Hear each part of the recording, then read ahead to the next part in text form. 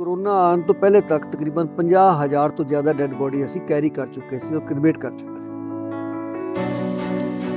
25 साल तो असी सेवा कर रहे हैं देश की और एक फौजी की तरह कर रहे हैं। 1366 के करीब डेड बॉडी असी कैरी की, 2,500-3,000 पेशेंट की असी उन्होंने ट्रांसपोर्टेशन की और वो 15 दिन बड़े औखे कटे, लेकिन काम नहीं बंद होने दिता। मेरी टीम काम कर रही थी। मेरा एक ड्राइवर मार शहीद हो गया, मरया तो नहीं कहा, शहीद हो गया। मैं खुद डेथ बेड पे चला गया, मेरा बेटा वेंटिलेटर पे रहा। अक्षय कुमार ने 2 एम्बुलेंस भेजियां सन और वो फोन से प्राइम मिनिस्टर ऑफ इंडिया का नरेंद्र मोदी। दिल्ली दे विच सारी सरकार फेल हो गई, उत्थे एक सरदार मेरे घर वो जिन्ना रोया उन्ना मैं रोया। बिल्कुल सच गल है। किसी ने मजहब नहीं देखा उस वेले, क्योंकि अपने सके भरावां ने, सके पुत्रा ने हाथ नहीं लाया जी। राष्ट्रपति भारत सरकार ने जतिंदर सिंह शंटी को पद्मश्री की घोषणा की। दिल वालियां लई दिल्ली कदे भी दूर नहीं हुंदी। सो हुण मैं भी पहुंच चुकी हां दिल वालियां दे शहर दिल्ली। सत श्री अकाल जी, मैं मनजोत कौर ते तुहाडा सारिआं दा बहुत-बहुत स्वागत करदी हां साडे शो 6 ऑफ इंडिया दे विच।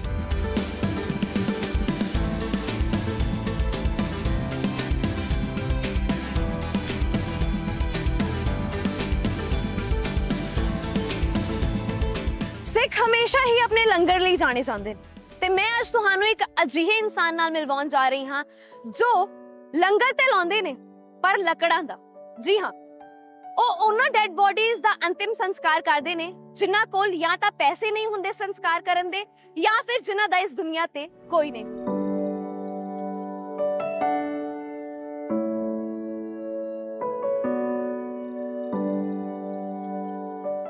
जी हाँ, मैं गल कर रही हाँ पद्म श्री जतिंदर सिंह शैंटी जी दी।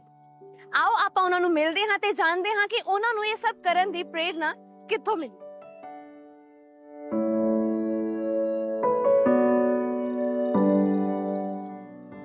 लवारिस लाशां दा भी करदा जो सत्कार है, दिल्ली विच वसदा बेमिसाल सरदार।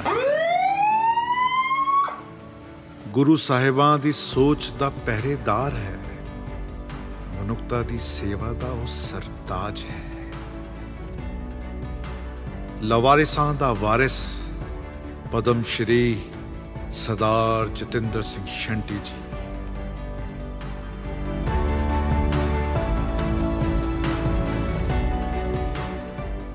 आओ जी हुण मैं तुहानूं मिलवाउणी आ पद्म श्री जतिंदर सिंह शैंटी जी दे नाल। सत श्री अकाल सर। सत श्री अकाल सर, तुहाडा बहुत-बहुत स्वागत है साडे शो दे विच ते मैं तुहाडी तहे दिल तो शुक्रिया अदा वां कि तुसीं सानूं टाइम दिता अपने इन्ने बिजी स्केड्यूल दे विचों। मैं भी गबरू चैनल का बहुत-बहुत शुकराना करना वा। सर, तुहाडे बारे मैं मतलब तुहाडीआं इन्नियां वीडियोज़ देखियां ने, तुहाडे बारे इन्ना कुछ सुनिया ते हुण तुहानूं पर्सनली मिल के ओबवियसली मेरे मन च बहुत सारे सवाल ने कि मैं तुहानूं पुछां। सो सारे सवालों तो पहला मैं सब तो पहला तुहानूं पुछना चाहांगी कि तुसी की सोच के या किस चीज़ ने तुहानूं इंस्पायर कीता सी कि तुसी अपनी जिहड़ा तुहाडी एसोसीएशन है इसनूं शुरू कीता। जिंदगी विच कई बारी बहुत छोटा हादसा साडे जीवन नूं बदल दिंदा है जी। जिवें कोरोना ने लोगों के कईयां दे जीवन बदलते जी। 1995 दे विच जदों मैं एक शमशान घाट ते जाना वा और मैं और मेरे दोस्त गए थे किसी दे संस्कार ते सी, पर उत्थे देखने किया कि एक बंदा लोगों दियां जड़ियां लकड़ियां सड़न तो बाद बच जांदियां डेड बॉडी के आस पास जी, वो चुक के टोकरी विच रख रहा है। वो देख के सानू लगा कि शायद यह बंदा लकड़ा चोरी कर रहा है। असीं उन्हें रोकिया, गल्लां पुछियां भी तुसीं चोरी क्यों कर रहे हो जी। वो कहंदा जी मैं चोरी नहीं कर रहा लकड़ी, मेरा जवान बेटा जिहदा इलाज वास्ते दिल्ली आया सी, मैं उसकी डैथ हो गई है और अज सवेर दा मैं इस शमशान घाट बैठा हाँ। मेरे को इन्ना पैसा नहीं है कि मैं लकड़ी खरीद सकां, समग्री खरीद सकां, पंडित जी नूं दे सकां, क्योंकि 5-7 हज़ार रुपये खर्चा आंदा ही है। बहुत लोगों को पैसे मंगे नहीं मिले, ले हम कोई चारा ना देख के रात होने वाली है तो मैं संस्कार जो है बच्चियां हुई लकड़ियां चुके करने लगा। खैर उस वेले तो संस्कार कराया ਉਹਦਾ, पर उस गल ਨੂੰ ਅਸੀਂ ਰਾਤੀ बैठ के जो सोचा दोस्तों ने कि यार राष्ट्रीय राजधानी दिल्ली जिथे लोग शादी ते करोड़ों रुपए लगाते हैं, बच्चे के जन्मदिन ते, मैरिज एनिवर्सरी ते, मकान ते, गड्डी ते, उस दिल्ली दे विच एक बंदे को लाश लैके बैठा और लकड़ दे पैसे नहीं है, तो क्यों ना असी इस सेवा शुरू करिए। तो मेरे कई दोस्तों ने कहा कि यार ये प्रशासन को करना चाहिए, सरकार को करना चाहिए। तो मैं कहा नहीं, साढ़े घर बत्ती नहीं आती तो असी इन्वर्टर आपे लगाने ना, पानी साफ नहीं आता RO लगाने, सिक्योरिटी वास्ते CCTV कैमरे लगाने, तो असी प्रशासन पर डिपेंड ही क्यों करिए जी। असी करने काम, शुरुआत असी करने। फिर असी सोचा NGO का नाम की रखिए, तो फिर असी शहीद भगत सिंह सेवा दल जी, क्योंकि असी भगत सिंह तो सारी दुनिया ही इंस्पायर है, असी इंस्पायर है, उन्होंने फॉलोवर है जी। एक एक करके जो आप 17 शमशान घाट अडॉप्ट कर लिया और उसकी चर्चा बहुत फैल गई कि ये कुछ हट के काम करने जा रहे थे। फिर कुछ नवीं परेशानियां सामने आईयां कि जिवें किसी की हॉस्पिटल की डेथ हुई है, बॉडी घर लैके आनी है, तो दिल्ली वर्गे शहर भी एंबूलेंस नहीं मिलती सी, अज भी दिक्कत ने लोगों को, कईयां नूं। फिर असी एक छोटी जी एंबूलेंस बनाई पुरानी लैके, वो भी फ्री चलाई। बहुत लोगों ने सानू टिचर भी कीतियां। इवन दैन मेरे अपने परिवार तो मेरा सगा भरा मैनूं कहंदा सी कि ये तो लाशां दा व्यापार कर रहे हैं, कफन का व्यापार कर रहे हैं। कदी कहते जी खून वेचते हैं, क्योंकि असीं ब्लड डोनेशन का भी काम करते थे। पर मैनूं बहुत सियाणे बंदे ने एक गल कही सी शेर दे रूप में कि सेवा कौम ते मानवता की बड़ी औखी गल्लां करनियां बड़ियां सुखलियां ने, जिन्हां इस सेवा विच पैर पाया उन्हां लखां मुसीबतां चलियां ने। बिल्कुल कहंदे तुसीं ना अपनी अखां खुलियां रखना और कन बंद रखना, सेवा करते रहना, पिछे नहीं हटना कदी भी। वो ऐसी बख्शिश हुई जी वाहिगुरू दी कि वो प्रचार वध गया पूरी दिल्ली च, खुशबू वांगू फैल गया। मेरी माता जी ने मैंने गल कही, कहते बेटा तू शुरू किया ना काम, 3 गल्लां दिमाग च रखी। पहली गल तो ये जिहड़ा काम शुरू किया कभी बंद नहीं करना जिंदगी दे विच।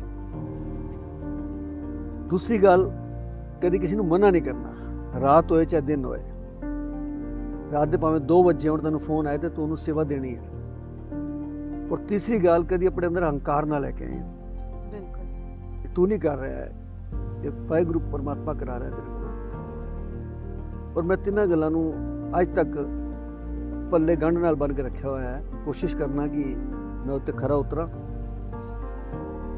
एक एक करके जो साढ़े को 12 के करीब एंबूलेंस डेड बॉडी वाली गड्डियां हो गई, और कोरोना आने तो पहले तक तकरीबन 50,000 तो ज़्यादा डेड बॉडी असी कैरी कर चुके थे और क्रिमेट कर चुके थे ऑन रिकॉर्ड।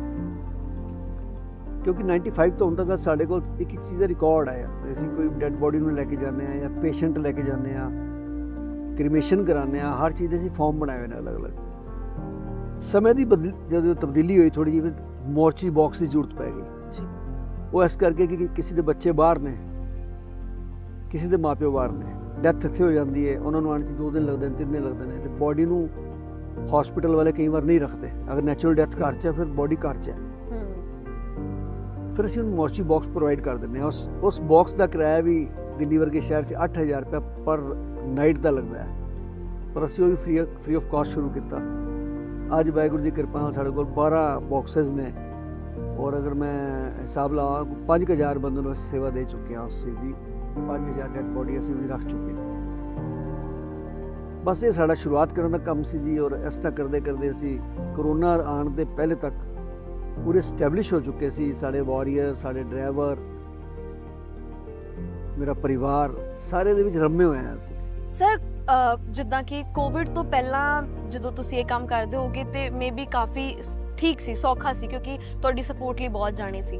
ते जदों कोविड दे दौरान जिथे आपां देखिया कि कई वारी किद्दां हुंदा सी कि बहुत मतलब अनगिनत लाशां जिहड़ियां सीगियां ओह लवारिस सीगियां, ते उदों मतलब उस दौरान तुसीं ये सारियां चीज़ां किद्दां कीतियां, और जिहड़े तुहाडे नाल वाले सहयोगी सी उन्हां ने भी उस टाइम ते भी तुहाडा उन्ना ही साथ दित्ता, या ओह भी पिछे हट गए उस बीमारी तो?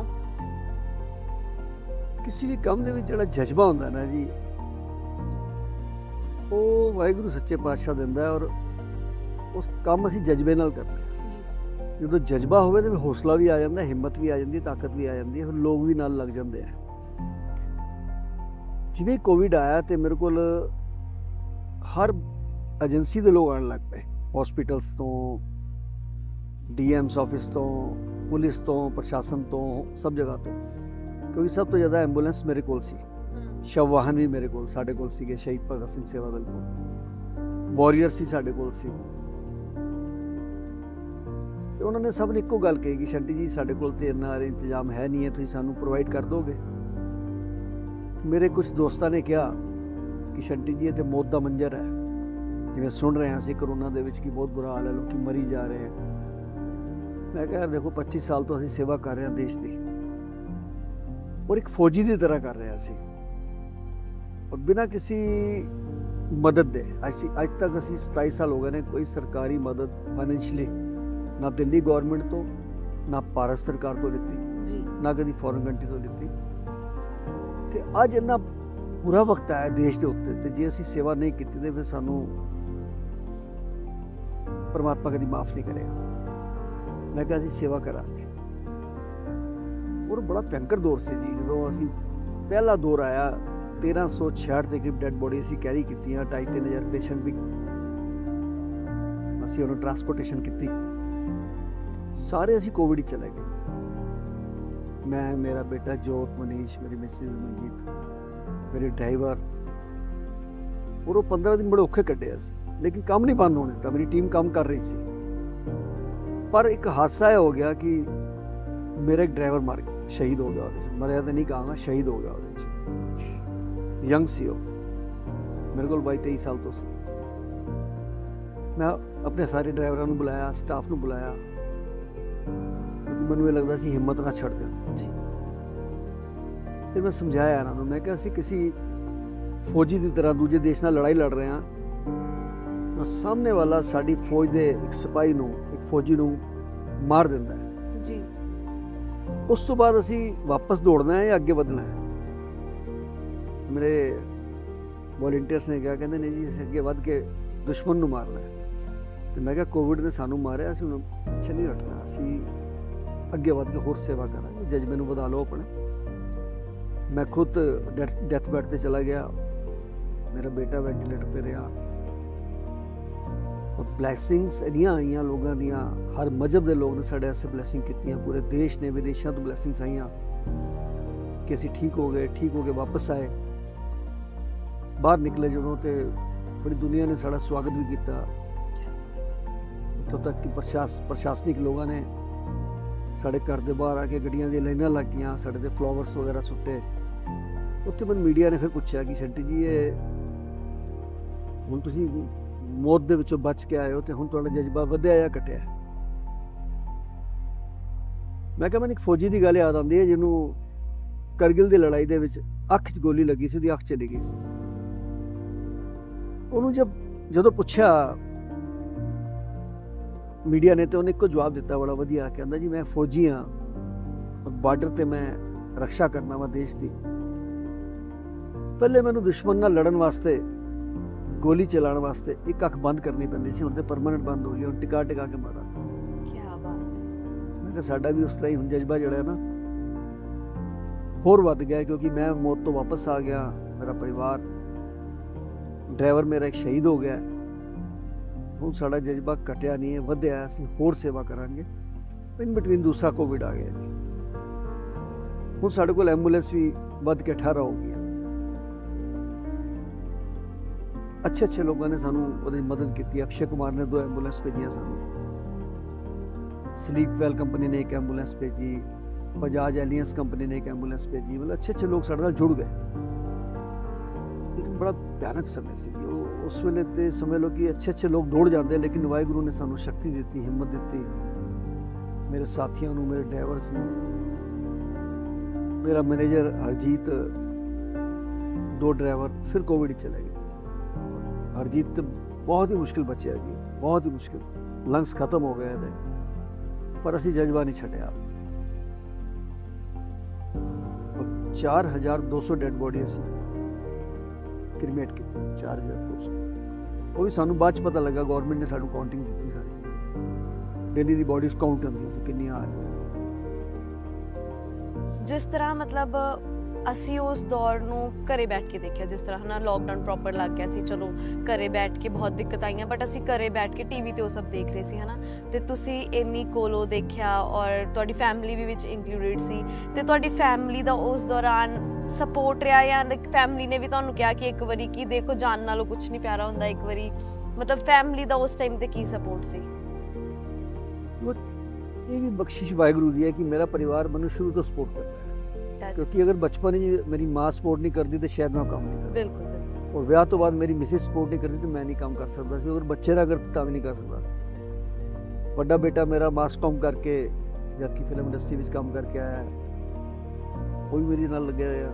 ਛੋਟਾ ਬੇਟਾ ਲੰਡਨ ਤੋਂ ਮਾਸਟਰ ਕਰਕੇ ਆਇਆ ਡਿਜ਼ਾਸਟਰ ਮੈਨੇਜਮੈਂਟ ਦੇ ਵਿੱਚ, ਉਹਨੂੰ ਨੌਲੇਜ ਵੀ ਸੀ, ਜ਼ਨੂਨ ਵੀ ਸੀ, ਉਹ ਖੁਦ ਮੇਰੇ ਨਾਲ ਲੱਗਿਆ ਰਿਹਾ ਤੇ ਇੱਕ ਬਹੁਤ ਵੱਡਾ ਸਹਿਯੋਗ ਮਿਲਿਆ ਆਪਣੇ ਪਰਿਵਾਰ ਨੂੰ। ਤੁਸੀਂ ਜਿਸ ਤਰ੍ਹਾਂ ਕਿ ਇੰਨੀਆਂ ਬਾਡੀਜ਼ ਹੁਣ ਤੱਕ ਹਨਾ ਲਾਈਕ ਕ੍ਰਿਮੀਨੇਟ ਕਰ ਚੁੱਕੇ ਹੋ ਤੇ ਇੰਨੇ ਮਤਲਬ ਵਧੀਆ ਕੰਮ ਕਰ ਰਹੇ ਹੋ, ਤੇ ਇਹ ਸਭ ਜਦੋਂ ਤੁਸੀਂ ਅਜੇ ਸ਼ੁਰੂ ਨਹੀਂ ਕੀਤਾ ਸੀ, ਉਸ ਤੋਂ ਪਹਿਲਾਂ ਤੁਹਾਡਾ ਪ੍ਰੋਫੈਸ਼ਨ ਕੀ ਸੀ ਜਾਂ ਤੁਸੀਂ ਕੀ ਸੋਚਿਆ ਸੀ ਕਿ ਤੁਸੀਂ ਲਾਈਫ 'ਚ ਕੀ ਕਰਨਾ ਵਾ ਬਿਫੋਰ ਦਿਸ? ਬਚਪਨ ਤੋਂ ਦੇਖੋ ਹਰ ਬੰਦੇ ਨੂੰ ਪੈਸੇ ਕਮਾਉਣ ਦਾ ਸ਼ੌਕ ਹੁੰਦਾ ਹੈ। ਜੀ ਬਿਲਕੁਲ। ਔਰ ਮੈਂ 19 ਸਾਲ ਦਾ ਸੀ, ਮੇਰੇ ਪਾਪਾ ਦੀ ਡੈਥ ਹੋ ਗਈ। ਮੈਂ ਗਰੀਬੀਅਤ ਵੀ ਦੇਖੀ ਔਰ ਮੈਂ ਬਹੁਤ ਛੋਟੇ ਸਤਰ ਤੋਂ ਕੰਮ ਸ਼ੁਰੂ ਕੀਤਾ। ਈਵਨ ਦੈਨ ਮੇਰੇ ਕੋਲ ਕੋਈ ਸਾਧਨ ਨਹੀਂ ਹੁੰਦਾ ਸੀ ਤੇ ਮੈਂ ਇੱਥੋਂ ਲੈ ਕੇ ਕਾਨਪੁਰ ਵਗੈਰਾ ਤੱਕ ਟਰੱਕ ਦੀ ਛੱਤ ਦੇ ਉੱਤੇ ਬਹਿ ਕੇ ਸਮਾਨ ਵੇਚਣ ਜਾਂਦਾ ਸੀ, ਮੋਟਰ ਪੰਪ, ਕਿਉਂਕਿ ਟੈਕਸੀ ਦੇ ਜਾਂ ਗੱਡੀ ਦੇ ਪੈਸੇ ਨਹੀਂ ਹੁੰਦੇ ਸੀ। ਟਰੱਕ ਵਾਲੇ ਸਸਤੇ ਲੈ ਜਾਂਦੇ ਸੀ, ਛੱਤ ਤੇ ਬੈਠ ਕੇ ਚਲੇ ਜਾਂਦੇ ਸੀ ਜੀ। ਉਸ ਤੋਂ ਬਾਅਦ ਮੈਂ ਕੰਮ ਚੇਂਜ ਕੀਤਾ, ਕਾਰਾਂ ਦਾ ਬਿਜ਼ਨਸ ਕੀਤਾ, ਸੇਲ ਪਰਚੇਜ ਦਾ, ਤੇ ਮੇਰੇ ਕੋਲ ਕੋਈ ਸ਼ਾਪ ਨਹੀਂ ਸੀ ਜੀ। ਮੈਂ ਪੱਟਰੀ ਤੇ ਬਹਿ ਕੇ ਕੰਮ ਸ਼ੁਰੂ ਕਰ ਦਿੱਤਾ, ਲਿਟਲ ਲਿਵਰ ਫੁੱਟਪਾਥ ਤੋਂ ਮੈਂ ਕੰਮ ਸ਼ੁਰੂ ਕੀਤਾ ਔਰ ਫਾਈਨੈਂਸ਼ਲੀ ਪਰਮਾਤਮਾ ਨੇ ਬਹੁਤ ਮਦਦ ਕੀਤੀ ਮੇਰੇ ਤੇ। ਫਿਰ ਥੋੜਾ ਜਿਹਾ ਮੈਨੂੰ ਜਨੂਨ ਆ ਗਿਆ ਕਿ ਮੈਂ ਪੋਲੀਟੀਕਲ ਵੀ ਐਕਟਿਵ ਹੋ ਗਿਆ ਜੀ। ਸੋਸ਼ਲ ਦੇ ਨਾਲ। ਮੇਰਾ ਅਗਲਾ ਸਵਾਲ ਉਹੀ ਹੋਣ ਵਾਲਾ ਸੀ ਕਿ ਪਤਾ ਕੀ ਸੋਸ਼ਲ ਸਰਵਿਸਿਜ਼ ਜਦੋਂ ਅਸੀਂ ਕਰਦੇ ਹਾਂ ਨਾ, ਆਪਾਂ ਸੋਸ਼ਲ ਕਾਜ਼ ਲਈ ਕੰਮ ਕਰ ਰਹੇ ਹੁੰਦੇ ਆ ਤੇ ਪੋਲੀਟੀਕਲ 'ਚ ਇੱਕਦਮ ਐਂਟਰ ਕਰਨਾ ਔਰ ਉਸ ਤੋਂ ਬਾਅਦ ਲੋਕਾਂ ਦੇ ਸਵਾਲ ਆਣੇ ਕਿ ਤੁਸੀਂ ਇਹ ਸਭ। ਮੇਰੇ ਨਾਲ ਉਲਟਾ ਹੋਇਆ। ਅੱਛਾ, ਉਲਟਾ ਹੋਇਆ। ਮੈਂ ਪਹਿਲੇ ਪੋਲਿਟਿਕਸ ਵਿੱਚ ਗਿਆ ਜੀ ਔਰ ਵਾਹਿਗੁਰੂ ਨੇ ਮੈਨੂੰ ਇੰਡੀਪੈਂਡੈਂਟ ਕਾਉਂਸਲਰ ਜਿਤਾਇਆ ਜੀ। ਇੱਕ ਵਾਰੀ, ਦੋ ਵਾਰੀ और फिर तीसरी बार नेशनल पार्टी ने मैंने टिकट दी और मैं MLA बनया। क्या बात है। लोग सोशल तो फायदा चुक के फिर पॉलिटिक्स जाते रहे। पॉलिटिक्स तो बाद मैं सोशल होर ज़्यादा वधाया। जो मैं निगम पार्षद सी या MLA सी, मैं कभी अपने नाम के नाल निगम पार्षद या MLA नहीं लिखता सी, मैं नगर सेवक लिखता सी, क्योंकि ध्यान सेवा वाल से वो सेवा वाला कम वधदा गया। उन्हें मैनू जो बख्शिश की है, सेवा ने की है, पॉलिटिक्स ने नहीं की जी। आज मैनू पता नहीं क्यों मन तो यह हो गया कि मैं जिंदगी पॉलिटिक्स वाल नहीं जाना, मैं सेवा वाल ही रहना। जिस तरह ਦਿੱਲੀ 'ਚ ਬਹੁਤ ਸਾਰੇ ਸਿੱਖ ਨੇ, ਕਿਉਂਕਿ ਦਿੱਲੀ ਨਾ ਆਪਣੇ ਲਾਈਕ ਪੰਜਾਬ ਦੇ ਨਾਲ ਜੁੜਦਾ ਹੈ, ਬਟ ਫਿਰ ਵੀ ਇੱਥੇ ਵੀ ਇੰਨੇ ਸਾਰੇ ਧਰਮ ਨੇ ਹਨਾ, ਅਲੱਗ-ਅਲੱਗ ਧਰਮ ਦੇ ਲੋਕ ਨੇ, ਤੇ ਤੁਸੀਂ ਇੱਕ ਸਿੱਖ ਹੋ ਹਨਾ। ਇੱਕ ਸਿੱਖ ਦੀ ਓਬਵੀਅਸਲੀ ਹਮੇਸ਼ਾ ਇੱਕ ਵੱਖਰੀ ਪਹਿਚਾਣ ਰਹਿੰਦੀ ਹੈ ਹਰ ਸਟੇਟ 'ਚ ਹਨਾ। ਤੇ ਤੁਹਾਨੂੰ ਕਦੀ ਕਿਸੇ ਹੋਰ ਧਰਮ ਦੇ ਲੋਕਾਂ ਨੇ ਜਾਂ ਫਿਰ ਆਪਣੇ ਧਰਮ ਦੇ ਲੋਕਾਂ ਨੇ ਕਦੀ ਇਸ ਲਈ ਲਾਈਕ ਤੁਹਾਨੂੰ ਰਿਕਗਨਾਈਜ਼ ਕੀਤਾ ਹੋਵੇ ਜਾਂ ਤੁਹਾਡੇ ਨਾਲ ਕੋਈ ਇਹੋ ਜਿਹੀ ਮੂਵਮੈਂਟ ਰਹੀ ਹੋਵੇ? ਬਚਪਨ ਤੋਂ ਬੜਾ ਪ੍ਰਾਊਡ ਰਿਹਾ ਮੈਨੂੰ ਕਿ ਮੈਂ ਸਿੱਖ ਹਾਂ ਜੀ। ਸਾਨੂੰ ਆਪਣੀ ਦਸਤਾਰ ਤੇ ਬੜਾ ਮਾਣ ਹੈ। ਬਿਲਕੁਲ, ਬਹੁਤ ਮਾਣ ਹੈ। ਬਿਲਕੁਲ ਸਾਡੀ ਦੁਨੀਆ 'ਚ ਇੱਕ ਪਹਿਚਾਣ ਹੈ ਜੀ। ਜਿਹੜਾ ਕੰਮ ਕੋਈ ਨਹੀਂ ਕਰ ਸਕਦਾ ਉਹ ਸਾਡੀ ਕੌਮ ਕਰ ਸਕਦੀ ਹੈ। ਬਿਲਕੁਲ। ਲੇਕਿਨ 3 ਵਾਰੀ ਮੈਨੂੰ ਕੋਵਿਡ ਮਹਿਸੂਸ ਹੋਇਆ ਹੈ ਕਿ ਸਾਨੂੰ ਬਹੁਤ ਵੱਡਾ ਮਾਣ ਮਿਲਦਾ ਹੈ ਇਸ ਦਸਤਾਰ ਕਰਕੇ। 26 ਅਪ੍ਰੈਲ 2021 ਰਾਤੀ 2:30 ਵਜੇ ਮੈਨੂੰ ਫੋਨ ਆਉਂਦਾ। ਇੱਕ ਫੋਨ ਤੇ ਮੈਨੂੰ ਰੋਜ਼ ਆਉਂਦੇ ਸਨ ਕਿਸੇ ਮਿਨਿਸਟਰ ਦੇ, IPS IAS ਅਫਸਰਾਂ ਦੇ ਕਿ ਸ਼ੰਟੀ ਜੀ ਸੰਸਕਾਰ ਜਲਦੀ ਕਰਾ ਦਿਓ। ਲਾਈਨਾਂ ਲੱਗੀਆਂ ਸੀ, ਪਰ ਮੈਨੂੰ 2:30 ਵਜੇ ਰਾਤੀ ਫੋਨ ਆਉਂਦਾ ਹੈ ਔਰ ਮੇਰਾ ਡਰਾਈਵਰ ਕਹਿੰਦਾ ਜੀ ਪ੍ਰਧਾਨ ਮੰਤਰੀ ਨਿਵਾਸ ਤੋਂ ਫੋਨ ਹੈ। ਮੈਂ ਕਿਹਾ ਜੀ ਉੱਥੋਂ ਵੀ ਕੋਈ ਸਿਫਾਰਿਸ਼ ਆਈ ਹੋਏਗੀ ਡੈਡ ਬੋਡੀ ਵਾਸਤੇ। ਮੇਰੇ ਹੱਥ ਵੀ ਲਿਬੜੇ ਹੋਏ ਸੀ, ਮੈਂ ਸੰਸਕਾਰ ਕਰਾ ਰਿਹਾ ਸੀ।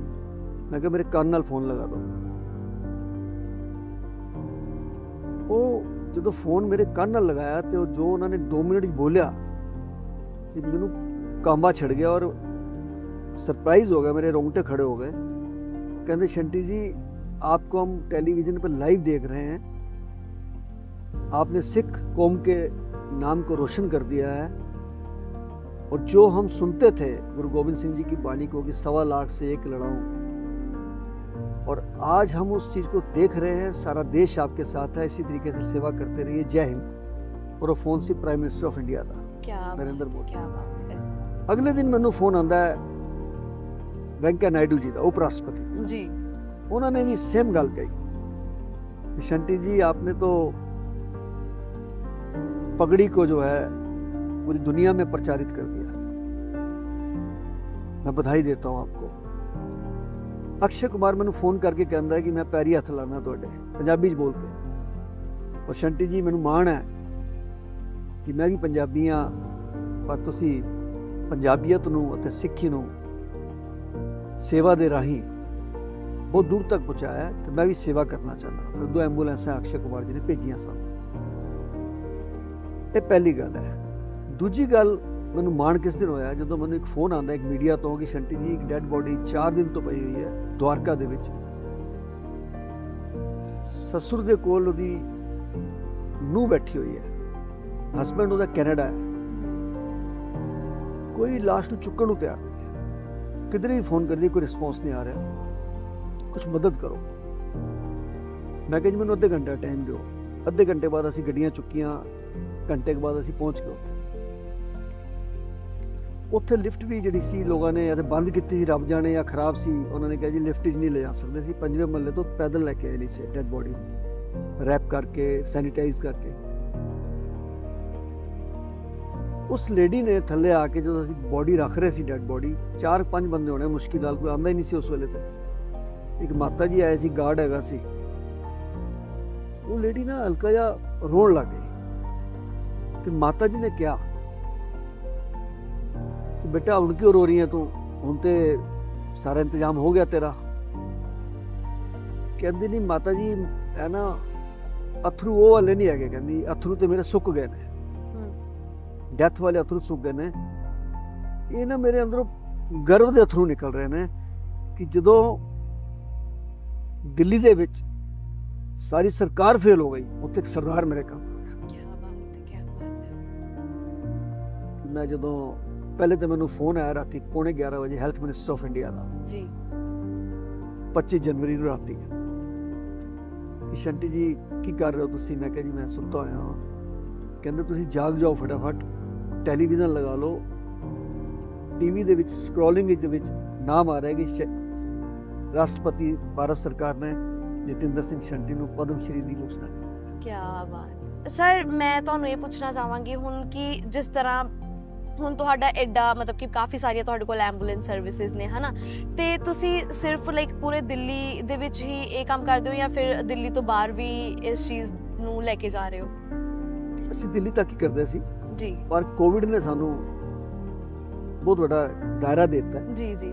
ਅਸੀਂ ਹੁਣ ਐਨਸੀਆਰ ਪੂਰਾ ਕਵਰ ਕਰ ਰਹੇ ਹਾਂ।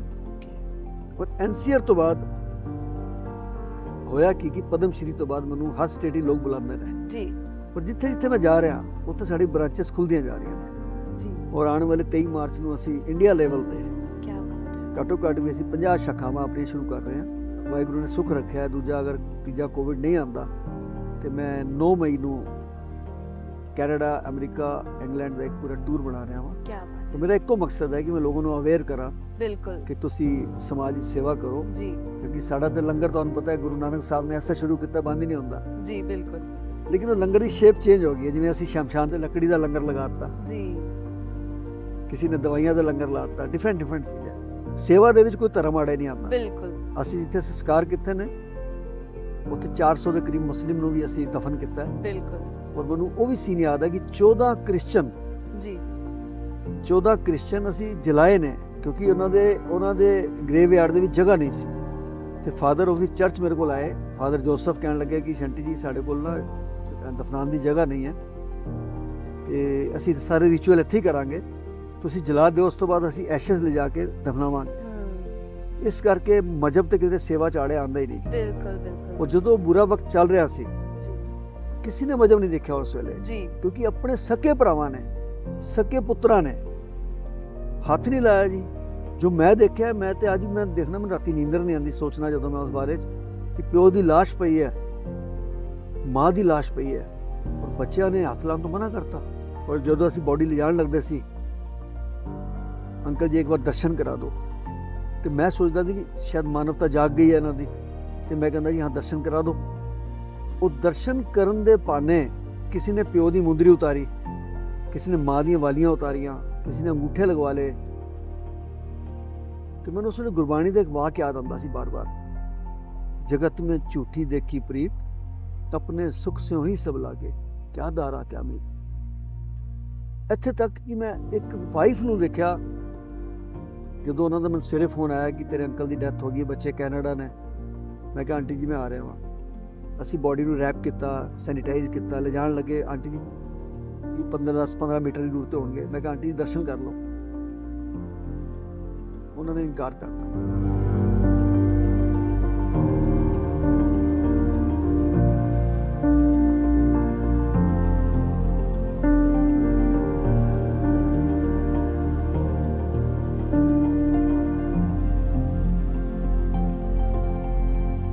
ਜਤਿੰਦਰ ਜੀ, ਜਿੱਦਾਂ ਤੁਸੀਂ ਦੱਸਿਆ ਕਿ ਤੁਹਾਡੇ ਬਹੁਤ ਸਾਰੇ ਵੋਲੰਟੀਅਰਸ ਤੁਹਾਡੇ ਨਾਲ ਜੁੜੇ ਨੇ, ਹਨਾ, ਤੇ ਤੁਸੀਂ ਸਿੱਖ ਹੋ, ਤੇ ਤੁਹਾਡੇ ਨਾਲ ਜਿਹੜੇ ਵੋਲੰਟੀਅਰਸ ਸਾਰੇ ਜੁੜੇ ਹੋਏ ਨੇ ਉਹ ਵੀ ਸਿੱਖ ਹੀ ਨੇ ਜਾਂ ਫਿਰ ਵੱਖ-ਵੱਖ ਧਰਮਾਂ ਤੋਂ ਤੁਹਾਡੇ ਕੋਲ ਆਉਂਦੇ ਨੇ, ਤੁਹਾਡੇ ਕੋਲੋਂ ਮੋਟੀਵੇਟਿਡ ਹੋ ਕੇ ਉਹ ਤੁਹਾਡੇ ਨਾਲ ਜੁੜੇ ਹੋਏ ਨੇ?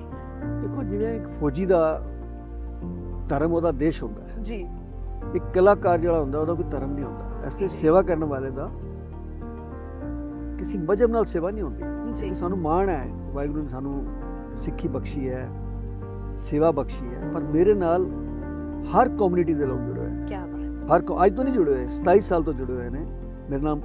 ਕ੍ਰਿਸਚਨ ਵੀ ਮੈਂਬਰ ਨੇ, ਮੁਸਲਿਮ ਵੀ ਨੇ, ਬਾਕੀ ਸਾਰੇ ਸਾਈਤਾਰੀ ਤੇ ਹੈ ਹੀ ਨੇ, ਹਿੰਦੂ ਤੇ ਹੈ ਹੀ ਨੇ ਜੀ। ਔਰ ਕਦੀ ਆਪਸ ਵਿੱਚ ਮਹਿਸੂਸ ਹੀ ਨਹੀਂ ਹੋਇਆ।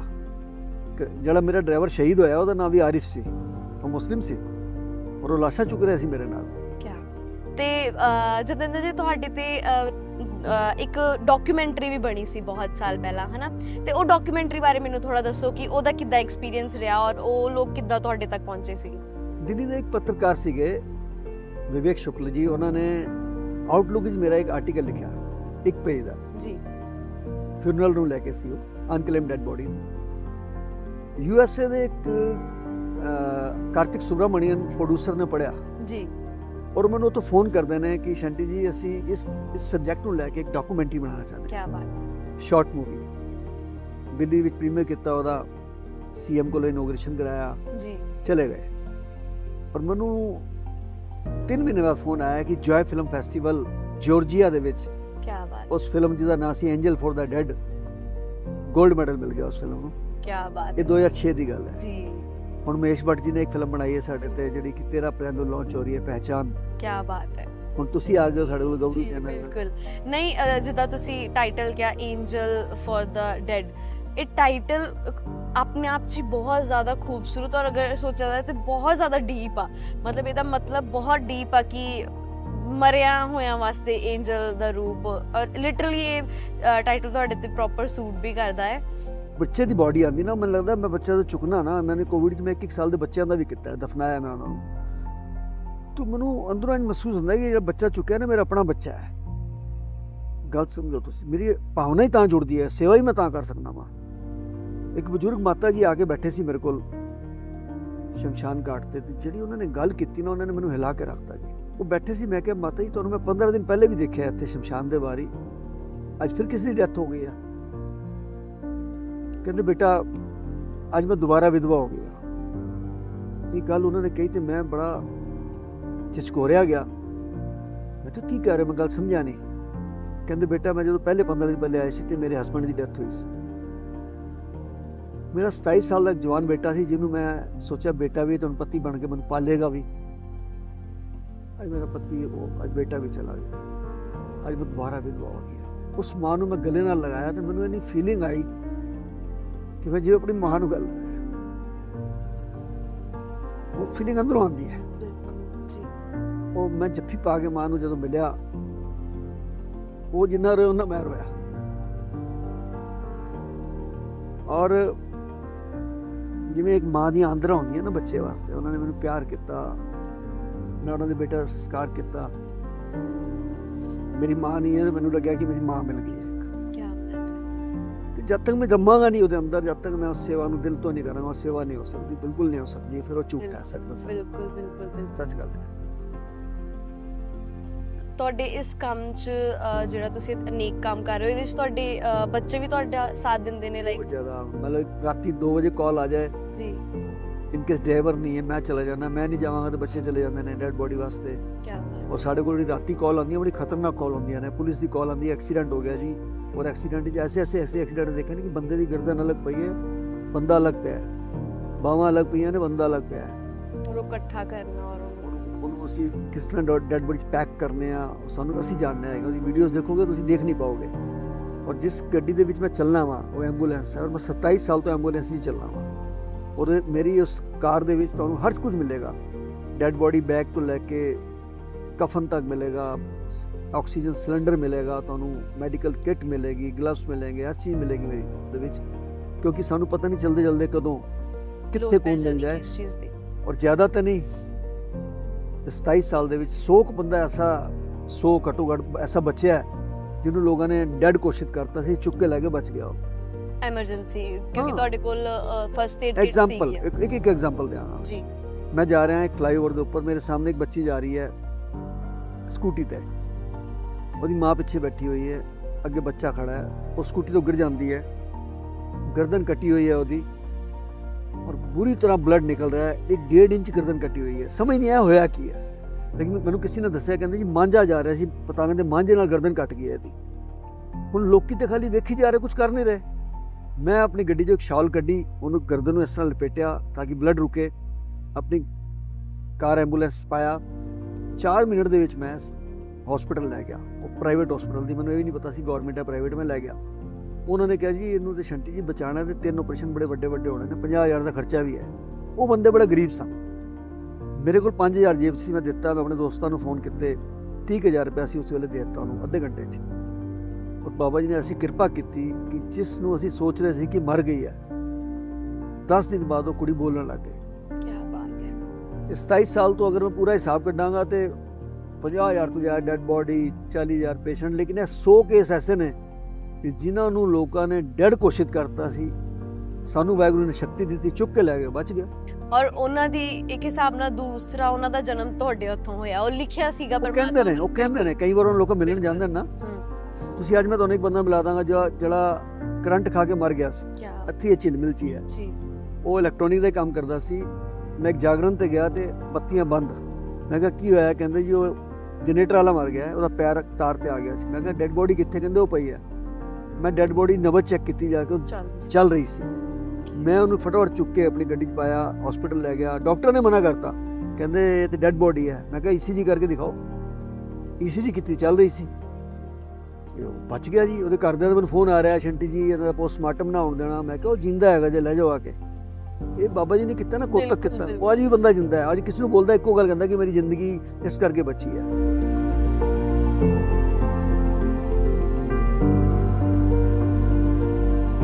ਸਰ, ਇੱਥੇ ਮੈਂ ਦੇਖ ਰਹੀ ਹਾਂ ਕਿ ਤੁਸੀਂ ਇੱਕ ਬਹੁਤ ਅੱਛੀ ਸੰਸਥਾ ਨਾ ਸਥਾਪਿਤ ਕੀਤੀ ਹੋਈ ਹੈ, ਇੰਨੀਆਂ ਸਾਰੀਆਂ ਵੈਨਸ ਨੇ ਔਰ ਕਾਫੀ ਕੁਝ ਕੀਤਾ ਹੋਇਆ ਤੁਸੀਂ।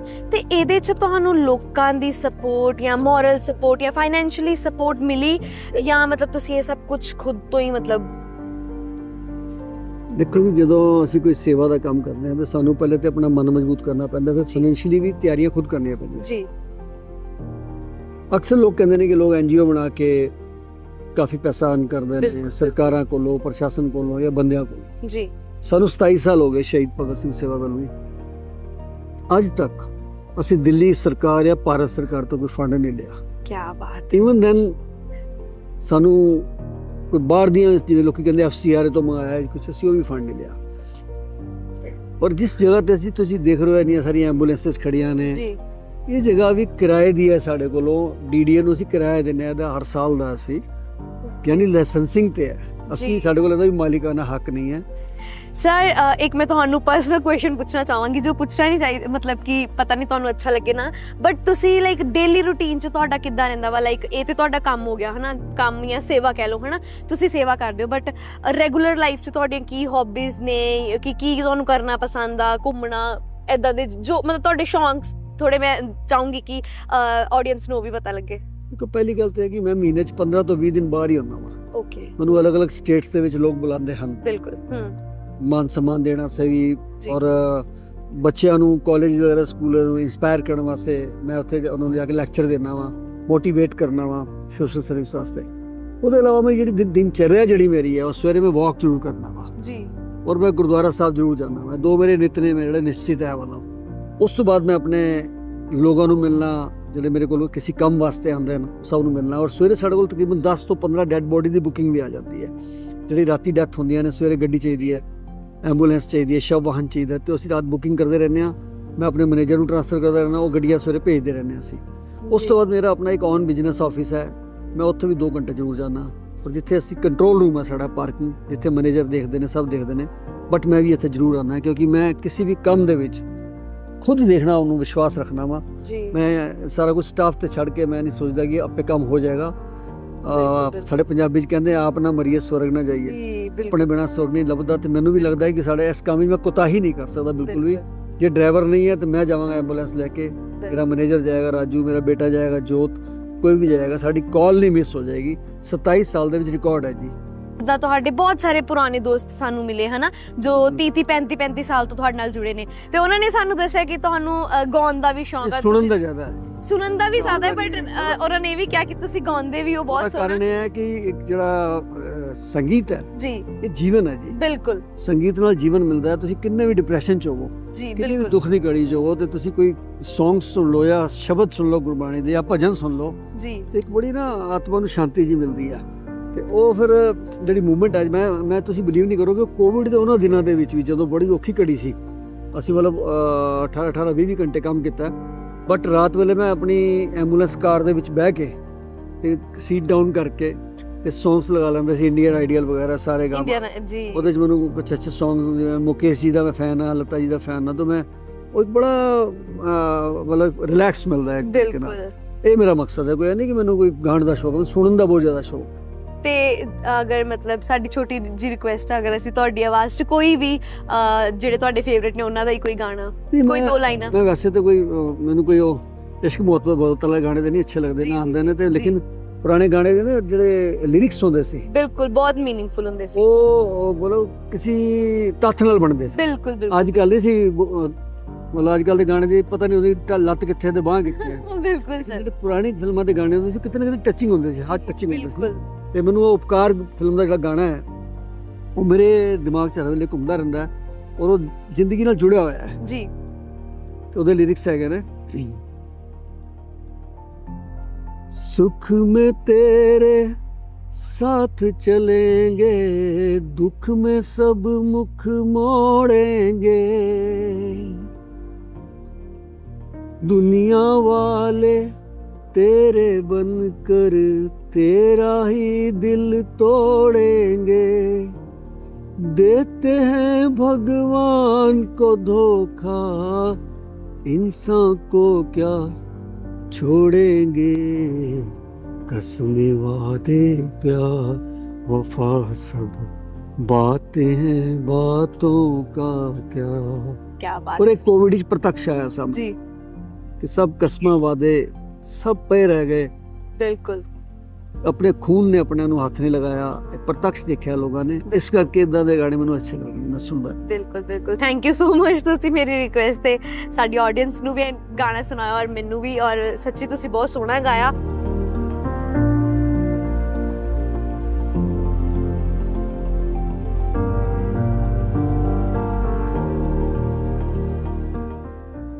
ਤੁਹਾਨੂੰ ਮਿਲ ਕੇ ਬਹੁਤ ਕੁਝ, ਮਤਲਬ ਬਹੁਤ ਸਾਰੇ ਤੁਹਾਡੇ ਐਕਸਪੀਰੀਅੰਸ ਤੇ ਸੁਣੇ, ਬਟ ਬਹੁਤ ਚੰਗਾ ਲੱਗਾ, ਔਰ ਜੈਨੂਇਨਲੀ ਇਦਾਂ ਫੀਲ ਹੋ ਰਿਹਾ ਵਾ ਕਿ ਸਾਨੂੰ ਵੀ ਆਪਣੀ ਜ਼ਿੰਦਗੀ 'ਚ, ਕਿਉਂਕਿ ਕਹਿੰਦੇ ਨੇ ਨਾ ਕਿ ਐਂਡ ਤੇ ਜਿਹੜੇ ਚੰਗੇ ਕੰਮ ਖੁਦ ਗਿਣਾਂਗੇ ਕਿ ਕੀ ਚੰਗੇ ਕੰਮ ਕੀਤੇ ਨੇ ਹਨਾ ਜਾਂ ਹਿਊਮੈਨਿਟੀ ਲਈ, ਤੇ ਮੈਨੂੰ ਲੱਗਦਾ ਕਿ ਸਾਨੂੰ ਸਭ ਨੂੰ ਹੀ ਇਹੋ ਜਿਹੇ ਚੰਗੇ ਕੰਮਾਂ ਨਾਲ ਜੁੜਨਾ ਚਾਹੀਦਾ ਹੈ। ਤੇ ਮੈਂ ਤੁਹਾਨੂੰ ਹੁਣ ਕਹਿਣਾ ਚਾਹੂੰਗੀ ਕਿ ਤੁਸੀਂ ਪਲੀਜ਼ ਆਡੀਅנס ਨੂੰ ਕੋਈ ਆਪਣੇ ਵੱਲੋਂ ਜੋ ਵੀ ਤੁਸੀਂ ਮੈਸੇਜ ਦੇਣਾ ਚਾਹੁੰਦੇ ਹੋ ਗੱਭਰੂ ਦੀ ਆਡੀਅנס ਨੂੰ, ਤੁਸੀਂ ਪਲੀਜ਼ ਦਿਓ ਤੇ ਉਹਨਾਂ ਨੂੰ ਵੀ ਮੋਟੀਵੇਟ ਕਰੋ ਕਿ ਉਹ ਵੀ ਇਹੋ ਜਿਹੇ ਚੰਗੇ ਕੰਮ ਕਰ ਸਕਣ। तो मैं सबने को गल कहना वा, अजकल मैं मोटिवेशन स्पीच भी यही गल करना कि तुसी सरकारां और प्रशासन ते डिपेंड करना बंद कर, तुसी करो ना खुद अगे आके। असी धार्मिक स्थल ते पैसा लगाइए, बहुत अच्छी गल है जी, लगांदे ही हां। साडे अंदर यानी शरधा है कि असी कहने साडे घर भावें चादरां पार्टियां होण, पर गुरु महाराज दे घर कारपेट बहुत वधिया होना चाहिए, बिल्कुल साडे मंदिर दे विच बड़ी सजावट होनी चाहिए। पर थोड़ा जिहा चेंज करदे होए असी हर मंदिर हर गुरुद्वारा एक एंबूलेंस क्यों नहीं बना सकदा, सही सैंस कंसनट्रेटर क्यों नहीं रख सकता जी, ऑक्सीजन सिलेंडर क्यों नहीं रख सकता जी, बिल्कुल ਇਹਦੇ ਵਾਸਤੇ ਵੀ ਸਾਨੂੰ ਤਿਆਰ ਰਹਿਣਾ ਚਾਹੀਦਾ ਹੈ।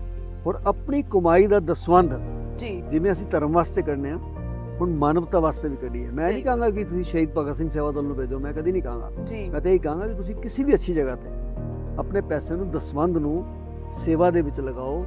ਹੋ ਸਕਦਾ ਹੈ ਕਿਸੇ ਜਗ੍ਹਾ ਤੇ ਤੁਹਾਡੇ ਆਪਣੇ ਘਰ ਦੇ ਨਾ ਖੜੇ ਹੋਣ ਤੇ ਤੁਹਾਨੂੰ ਪਰਮਾਤਮਾ ਇਹੋ ਜਿਹੇ ਬੰਦੇ ਭੇਜ ਦੇਗਾ ਆਪਣੇ ਰੂਪ ਵਿੱਚ ਕਿ ਤੁਹਾਡੀ ਉਹ ਸੇਵਾ ਕਰ ਦੇਣਗੇ। अन्यथा पैसा तो देखो नाल नहीं जाना जी, बिल्कुल सही कह रहे हो, जाना ते परमात्मा का नाम ही है, बिल्कुल पर सिर्फ और सिर्फ असी अपने वास्ते करिए भी ठीक नहीं है। क्योंकि गुरबाणी कहती है पशु मरे 10 काज सवारे, नर मरे कछु काम ना आवे। साडा ते शरीर जल जाना है, दब जाना है। जानवर दा ते एक शरीर काम आंदा, किसी वाल काम आंदे, किसी हड्डियां काम आंदियां। ते मैं अखीर च इको शेर नाल अपनी गल नूं खत्म करांगा कि हम तो वो वृक्ष हैं जो जमाने के काम आएंगे, सुख भी है कभी यारो तो जलाने के काम आएंगे। वाहिगुरू जी का खालसा, वाहिगुरू जी की फतेह। सो साडे शो 6 ऑफ इंडिया दे ये अगले सिख सीगे जतिंदर सिंह शैंटी जी। ये मानवता दी एक वखरी एग्जाम्पल सीगे जो ये काम कर रहे ने, जो ये काम कर चुके ने। इहो जे काम बहुत घट इंसान करते हैं और मैनू इन्हां नाल मिल के बहुत चंगा लगा। तो आई एम श्योर कि मैं दोबारा तुहानू एक इहो ਜਿਹੀ होर सिख दे नाल मिलवाऊंगी एक वखरी सिटी दे विच। सो तद तक लई तुसीं देखदे रहो गबरू टीवी 6 ऑफ इंडिया।